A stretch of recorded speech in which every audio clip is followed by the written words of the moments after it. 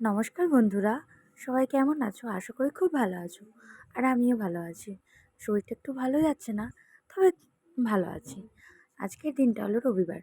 সবাইকে শুভ রামনবমীর অনেক অনেক অনেক শুভেচ্ছা। আজকে একটু ডাক্তারের কাছে যাব, একটু অ্যাপয়েন্টমেন্ট নেওয়া আছে, কারণ শরীরটা বেশ কয়েকদিন খুব খারাপ যাচ্ছিল। তো সেই কারণেই সকাল সকাল উঠে তাড়াতাড়ি করে কাজকর্মগুলো সেরে নিলাম। তো চলো, ফার্স্ট টাইমেই বিছানাটা উঠে, মেয়েদের সবথেকে বড় কাজ বিছানা তোলা। তো ওটাই আগে ফার্স্টে ক্লিন করে নিই। আর দেখবে বিছানাটা ক্লিন থাকলে ঘরটাও একটু ক্লিন লাগে। তো চলো, বেশি কথা না বলে বিছানাটা তাড়াতাড়ি ক্লিন করে নিই। তারপরে আরও কাজকর্ম আছে, সেগুলো তাড়াতাড়ি করে সেরে নিয়ে স্নান টান করে ফ্রেশ ট্রেশ হয়ে তারপর ডাক্তারের কাছে যাব। তো চলো, তোমরা সবাই স্কিপ না করে পুরো ভিডিওটা দেখতে থাকো। ফাইনালি বিছানা আমার ক্লিন করা হয়ে গেছে। এখন একটু ঘরটরগুলো একটু গুছিয়ে নেব। বিছানা জামা কাপড়গুলো একটু ভাঁজ করে রেখে দেবো। আর এই যে ওই সাইডে টিভির তাকটা একটু পরিষ্কার করে নিলাম, ড্রেসিং টেবিলটা একটু পরিষ্কার করে নিলাম। কারণ আমার মামাম এত দুষ্টু, ও ওর একটা জিনিস ঠিক মানে স্থিরভাবে একটা জায়গায় জিনিস থাকে না। ও এখান থেকে এটা নেবে, ওখানে রাখবে, সেখানে রাখবে। আর রাস্তার পাশে বাড়ি তো ভীষণ ধুলো হয়, ভীষণ ধুলো হয়। একদিন পরিষ্কার না করলে পুরো সাদা হয়ে যায়। তো তাই একটু ক্লিন করে নিলাম। ঘরটা একটু গোছগাছ থাকলে একটু ঘরটা ভালো লাগে দেখবে। আর আমার ড্রেসিং টেবিল গোছানোও হয়ে গেছে। তো এখন মাম্মাম ঘুম থেকে উঠে খুব খ্যান খ্যান করছিল, একটু আদর খাবে তাই। তো একটু কোলে নিয়ে তার ফাঁকে একটু মাম্মামকে আদর করে নিলাম, একটু কিসি করে নিলাম। ও একটু মনটা ওর একটু ফুরফুরি হয়ে গেল। সকালবেলা উঠে মায়ের আদর না খেলে ভালো যায় না দিন। তো চলো, এতক্ষণে ও এপাশ ওপাশ ঘুরে ঘুরে বেড়াচ্ছিল। আমি এর ফাঁকে ঘরটা ঝাড় দিয়ে নিই। ঘরটা ঝাড় দেওয়া হয়ে গেলে ঘরটা মুছেও নিয়েছিলাম, সেটা আমি ভিডিও করতে পারিনি, খুব তাড়াহুড়োর মধ্যেই ছিলাম। ঘরটা আমার ঝাড় দেওয়া হয়ে গিয়ে ঘরটা মুছে ফ্রেশ হয়ে গেছিলাম। আর এই যে তারপর চলে এসেছিলাম, ঘরটা মুছে জল ভরে ফ্রিজে রেখে দিয়েছিলাম।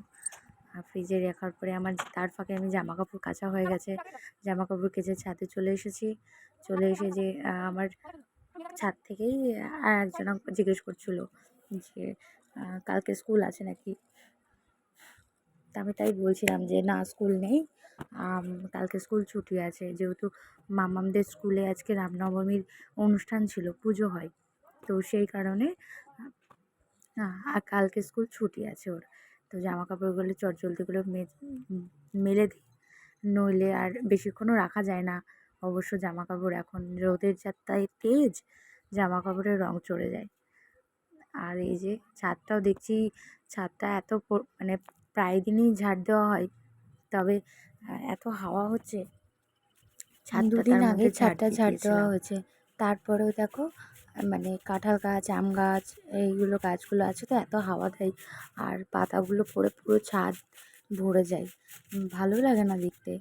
তাও আমি পরশুদিন ঝাড় দিয়েছি, আবার আজকে দেখছি অনেকগুলোই পাতা পড়েছে। আর ওই অপোজিট থেকে এত হাওয়া আসছে, আমি ঝাড়ই দিতে পারছি না। দেখো, আমি ঝাড় দিচ্ছি আর পাতাগুলো আবার রিটার্ন ওদিকে চলে যাচ্ছে।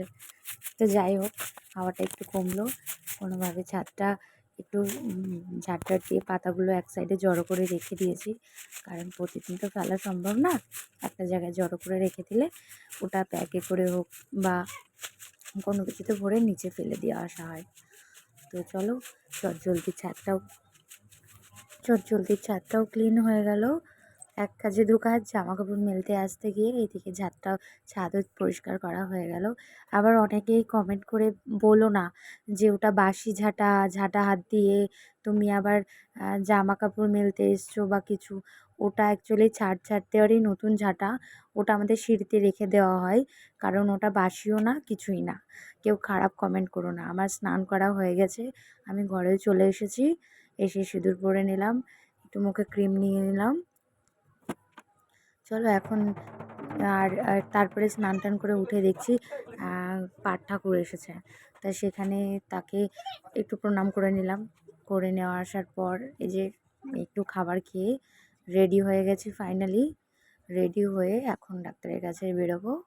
আমি একাই যাব, কারণ তোমার দাদা ভাইয়ের আজকে 2টো থেকে ডিউটি আছে, সেই কারণে ও নিয়ে যেতে পারবে না। আর যেহেতু আজকে রামনবমী, সেখানে ও তো কোনোভাবেই কোনো ম্যানেজ পাবে না।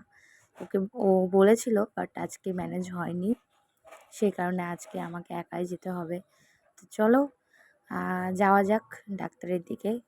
তো এই যে আমি রাস্তায় রেডি হয়ে স্কুটিতে বসে আছি, আর আমি ডাক্তারের কাছে চলেও এসেছি। ওখানে ভিড় ছিল, তখনও ডাক্তার পৌঁছায়নি। যে ডাক্তারের ভেতরে ঢুকেছি, চেম্বারের ভেতরে। ফাইনালি আমার ডাক্তার দেখানো কমপ্লিট হয়ে গেছে। বাড়িতে আস্তে আস্তে দেখছি র্যালি বেরিয়েছে রামনবমীর।